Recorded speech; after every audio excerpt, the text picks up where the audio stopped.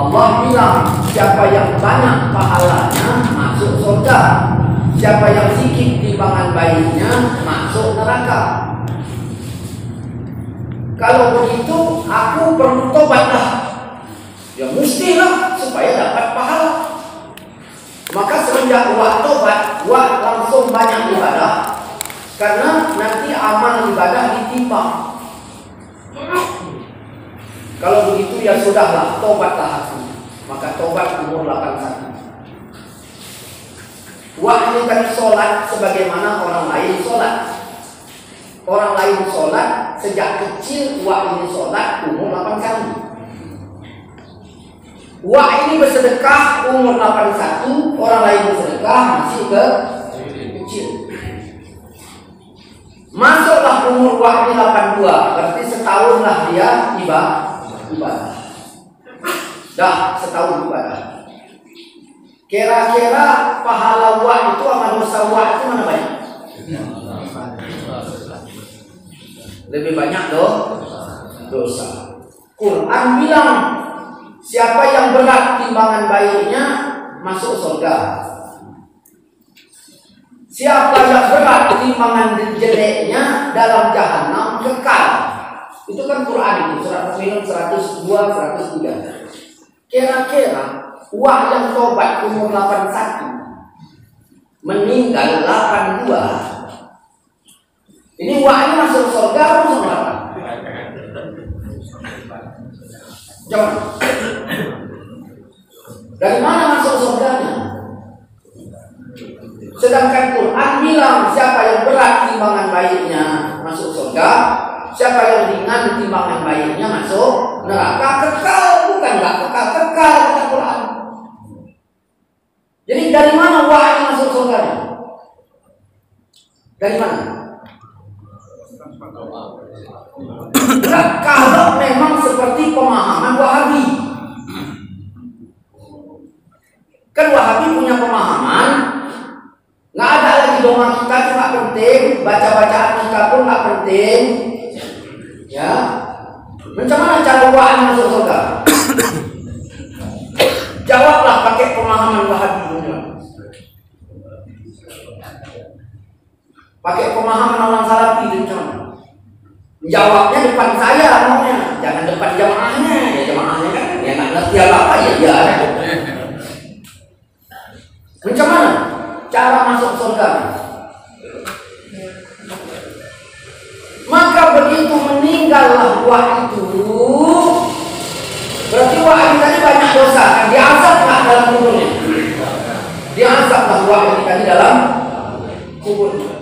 Makanya syariat menetapkan sebelum masuk kubur disolat untuk pengurangan dosa. Berapa orang yang menyolatkannya? Segitulah syafa'at. Maka Nabi berkata malam yang paling berat dirasakan mayit malam pertama. Malam kedua ringan lagi. Kenapa? Karena udah banyak doa muslimin yang lain. Begitu. Makanya Nabi bilang sejelek-jelek orang yang matinya itu menjelang hari kiamat, karena dia yang terakhir mati, nggak ada yang doa.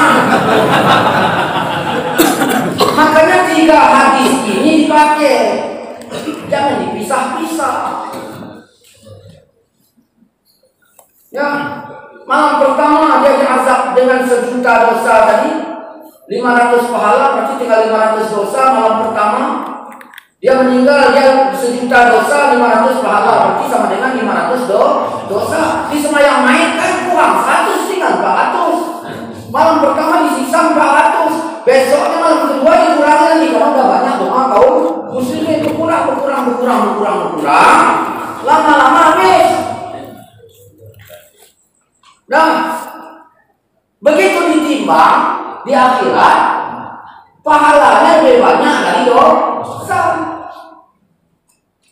Coba kalau pakai sistem Wahabi itu,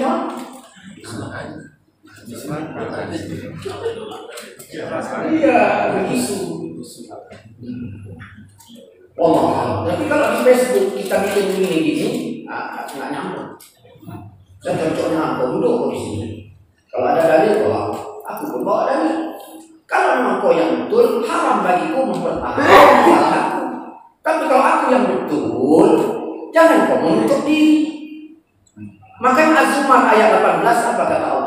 mendengarkan perkataan, mengikuti yang terbaik. Apa kata orang Salafi? Jangan duduk bersama uas, syubhat, duduk bersama uas. Ustaz Hadi Hidayat nantang dialog, nggak mau, nggak perlu ketemu, nggak perlu. Itulah pentingnya Islam mengajarkan tabayun. Islam duduk bersama, nggak perlu nih kita berkelahi. Kalau terjadi perbedaan dengan dalil yang berbeda, ya udah kau pakai dalil itu, kami pakai dalil yang ini. Berarti kau betul. Jadi sekarang bid'ah ini dah lain semua. Lainnya gimana? Bukan sesuatu yang nggak ada di Nabi itu bid'ah. Kayaknya sesuatu yang nggak ada di Salafi gitu. Itu jadi lebih bid'ah lagi dan yang bid'ah. Jadi itulah sebabnya saya katakan dalam kajian yang dulu yang itu. Nah, kenapa Nabi nggak bikin tahlil untuk keluarganya? Memangnya keluarga Nabi ini azab? Allah bilang, Muhammad jaga dirimu dan keluargamu dari api neraka. Keluarga Nabi itu diamanahkan Allah kepada Nabi. Nabi yang jaganya, Allah bilang jaga dirimu dan keluargamu dari api neraka. Maka Nabi berhasil menjaganya, nggak azab. Untuk apa bikin tahlil? Ayah Allah meninggal, siapa yang menjamin nggak azab? Makanya waktu Nabi menancapkan pelepah kurma di kubur sahabat untuk meringankan azabnya, tak dibuat Nabi sistem ini dikubur keluarganya. Kenapa Nabi nggak bikin keluarganya? Untuk apa Nabi bikin? Memang keluarga Nabi azab. Allah sampaikan ayat itu ke kita, jaga dirimu dan keluargamu dari api neraka. Wajib nggak jaga diri dari api neraka? Wajib nggak jaga keluarga? Tahlil itu misi penyelamatan, maka wajib, bukan haram. Maka kalau kita tengok gimana yang bahas kitab ini, saya kadang-kadang ya, saya salahkan mereka, yang saya salahkan gurunya, gak paham agama, ngajar agama itu. Saya bilang macam mana tahlilan itu? Ya wajib, karena jaga dirimu dan keluargamu dari api neraka. Panjang kalau mau kita bahas. Ini jam apa ini? Jam 7. Selamat. Kitab Riyadhus Shalihin bab fadlil muslimin wal fuqara wal hamilin, hadis Bukhari Muslim. Dalam kitab Riyadhus Shalihin bab fadlil muslimin wal fuqara wal hamilin, dan riwayat Imam Bukhari dan Muslim. Orang ini tadi diazab dalam kuburnya. Nabi datang ke kubur, bukan berdoa di masjid. Lalu Nabi berdoa. Apa kata Nabi? Tadi kuburnya gelap. Allah menerangkan kuburnya bukan karena amalnya, tapi karena doaku untuk mau dibuang kemana hadis? Riwayat Bukhari Muslim dalam kitab Riyadhus Shalihin bab fadlil muslimin wal fuqara wal. Allah bilang dalam Quran, wastaghfir li dzambika wa lil mu'minin, mintakan ampunan untuk dosamu dan dosa orang mukmin. Allah, makanya khatib Jumat nggak sah ya kalau nggak ada doa muslimin wal muslimat. Allahumma fir lil muslimin wal muslimat. Kira-kira begitu orang Afrika jadi khatib, ayah saya meninggal di Aceh. Allahumma fir lil muslimin wal muslimat, ngaruh nggak tuh ayahnya? Ngaruh. Makanya jangan kita musuhi orang, karena doanya itu ngaruh untuk kita. Wallah. Masalahnya bukan Arabnya, Nabinya. Nabi pakai gamis apa? Pakai gamis Nabi. Maka kata Allah, laqad kana lakum fi Rasulillah,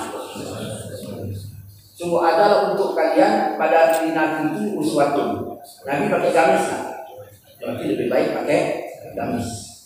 Nah, coba misalnya ada misalnya Imam Sudais itu pakaiannya model bapak jadi Imam Masjidil Haram.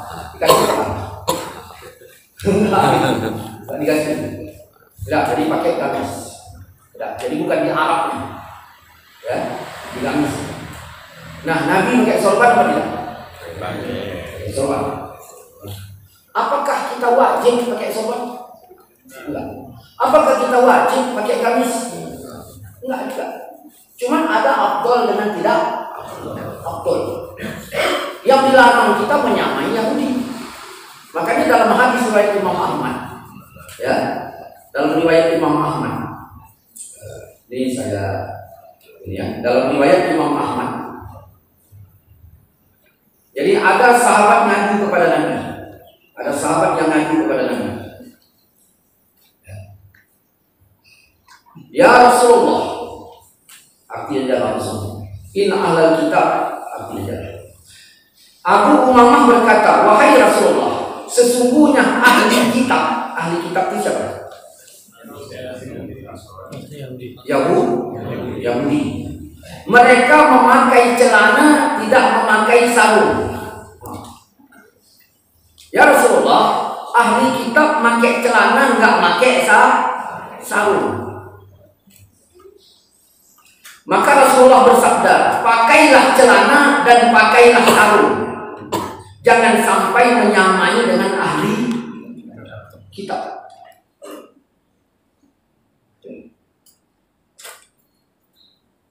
Macam mana hadis ini? Dia pakai celana nggak pakai sarung. Itu Yahudi. Kata Nabi, pakailah celana, pakailah sarung. Makanya ulama kita, ulama di Jawa, ulama yang dulu pakai celana, pakai sarung. Dan kita mengakui itu yang afdal. Saya tengok di as-sunnah, enggak. Jangan pakai celana dan sarung karena menyamai orang NU. Orang NU ahli bid'ah. Siapa yang menyerupai satu kaum itu bagiannya. Itu di Pekanbaru itu. Iya. Saya tak pakai sorban, tapi saya akui pakai sorban itu lebih baik. Saya juga tak pakai kain-kain yang begini-begini itu. Ya, saya sukanya pakai anduk. Ini lah yang sukanya pakai anduk. Memang gitu lagi. Cuma ya saya akui kain tidak yang asli itu yang lebih baik. Inilah yang sunnahnya. Dari mana sunnahnya? Pakai celana, tidak pakai sarung. Tidak sunnahnya seperti itu. Ini tadi ada hadis. Terus bagaimana? Ya sudah, kita akui ini yang terbaik. Saya tak pakai sorban, tapi saya akui itu yang terbaik. Baik, tak saya katakan inilah yang terbaik. Kemudian masalah celana cingkrang atau tidak cingkrang. Ada hadis. Ma asfala minal ka'baini fil izari fatinnar, yang melewati batas mata kaki dalam masalah pakaian itu dalam neraka. Cuma kita tanya, ini hadis ini ya berkait atau enggak berkait? Ternyata ada juga hadis tentang yang masalah ya dalam riwayat Imam Abu Dawud sendiri, Nabi yang mengajarkan itu. Boleh juga. Yang tak bolehnya itu apa? Sombong. Iya. Saya tulis dalam buku saya Melepas Kulitan Wahabi, belum tuntas itu hadis. Di belakangan saya tengok lagi ada hadis yang belum saya cantumkan di situ. Jadi, nah, yang langsung nih, kalau nggak cingkrang dalam neraka, yang dibilang Nabi sombong, dia cingkrang tapi sombong. Iya. Inilah nih, kayaknya perlu ngaji lagi. Perlu ngaji lagi. Bohong. Bebas. Nah, tapi ya ketika budaya itu memang tidak menyelisih syariat, silakan.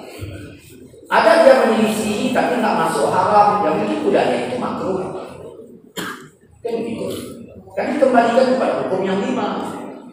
Kalau memang dia dia berkondisi berat jadi haram, kalau ringan jadi makruh, kalau tidak jadi mubah.